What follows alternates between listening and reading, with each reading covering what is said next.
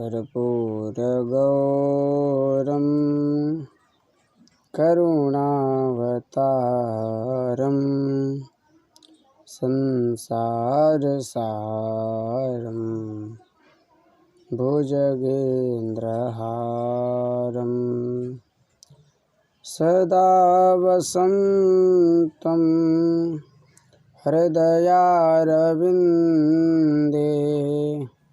भवं भवानी सहितं नमामि भवं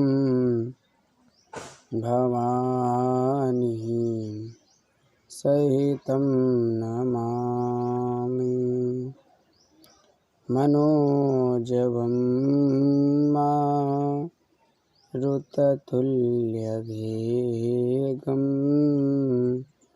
जितेन्द्रियं बुद्धिमतां वरिष्ठं वातात्मजं वानरयूथमुख्यं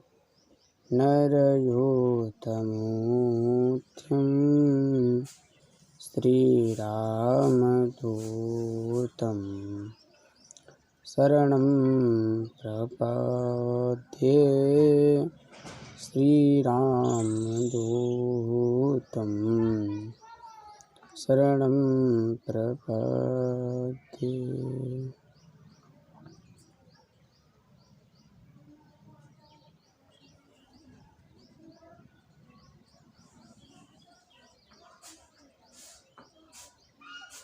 कि ऐसी बानी बोलिए अरे मन का आपा खोय, औरन को शीतल करे आपहु शीतल होय। औरों को शीतल करे आपहु शीतल हो।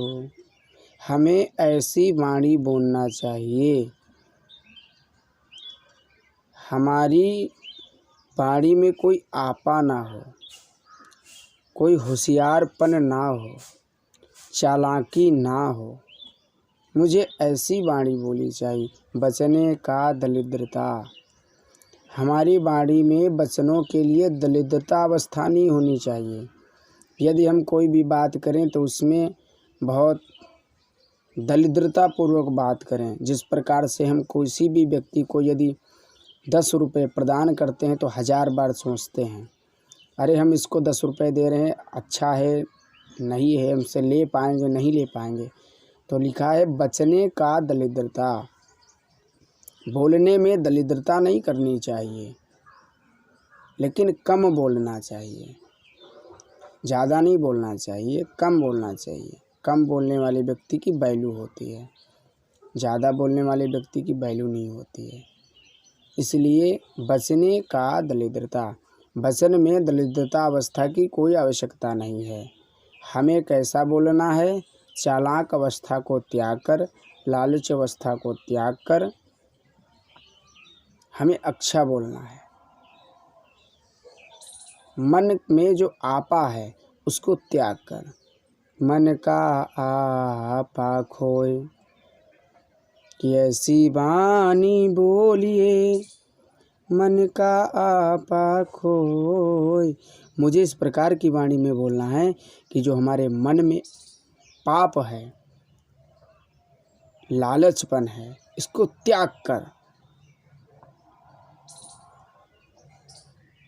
औरन को शीतल करे। ऐसा नहीं है कि तुम ही अपनी वाणी से संतुष्ट हो जाओ, सामने वाला भी व्यक्ति आपकी वाणी को सुनकर के संतुष्ट होना चाहिए। शीतलता प्रदान होनी चाहिए।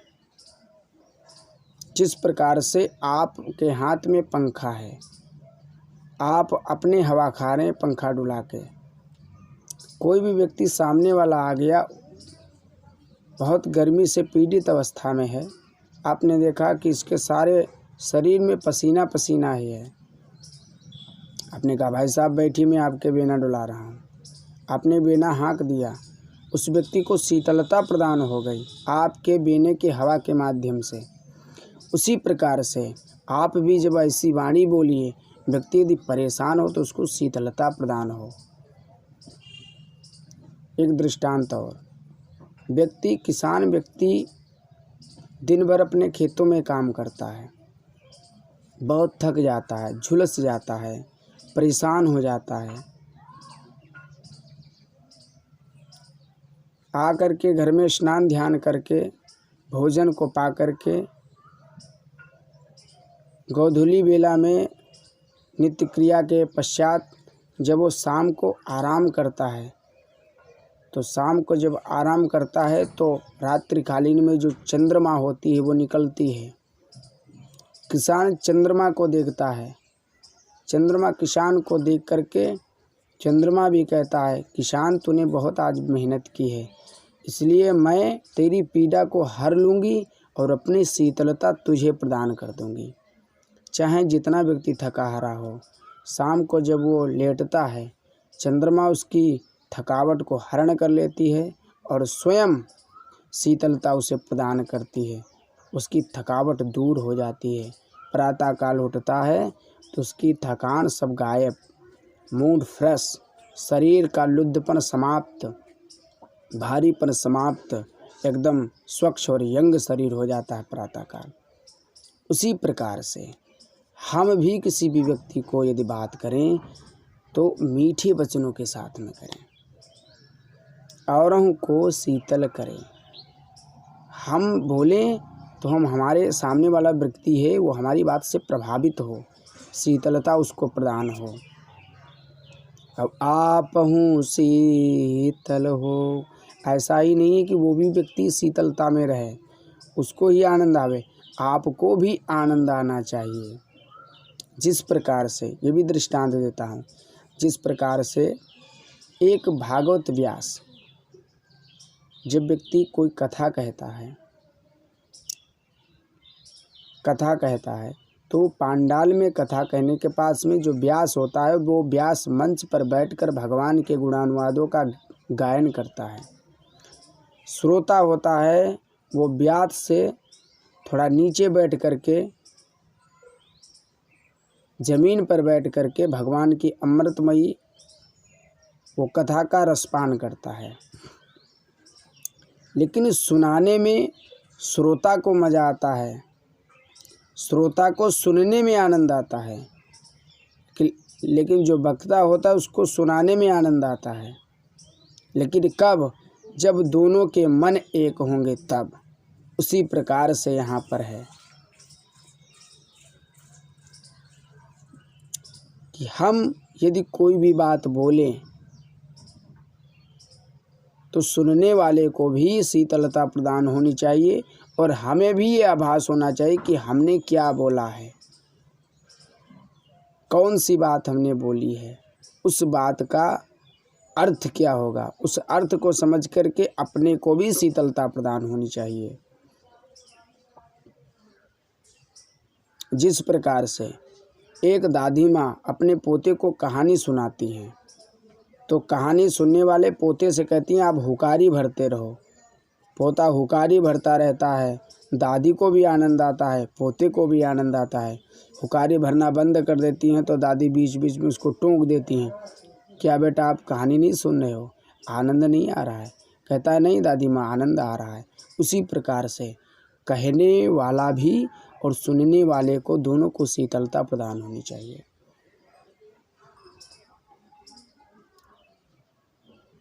तब जा कर के ये बात बनेगी कि ऐसी बानी बोलिए अरे मन का आपा खोय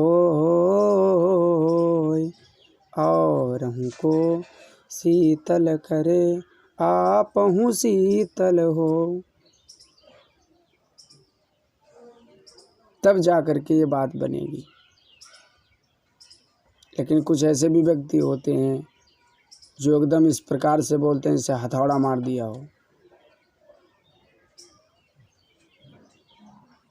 ऐसा नहीं बोलना चाहिए,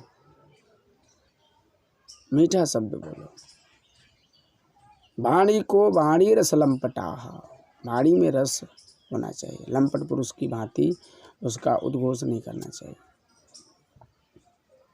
बोले सतगुरुदेव भगवान की जय।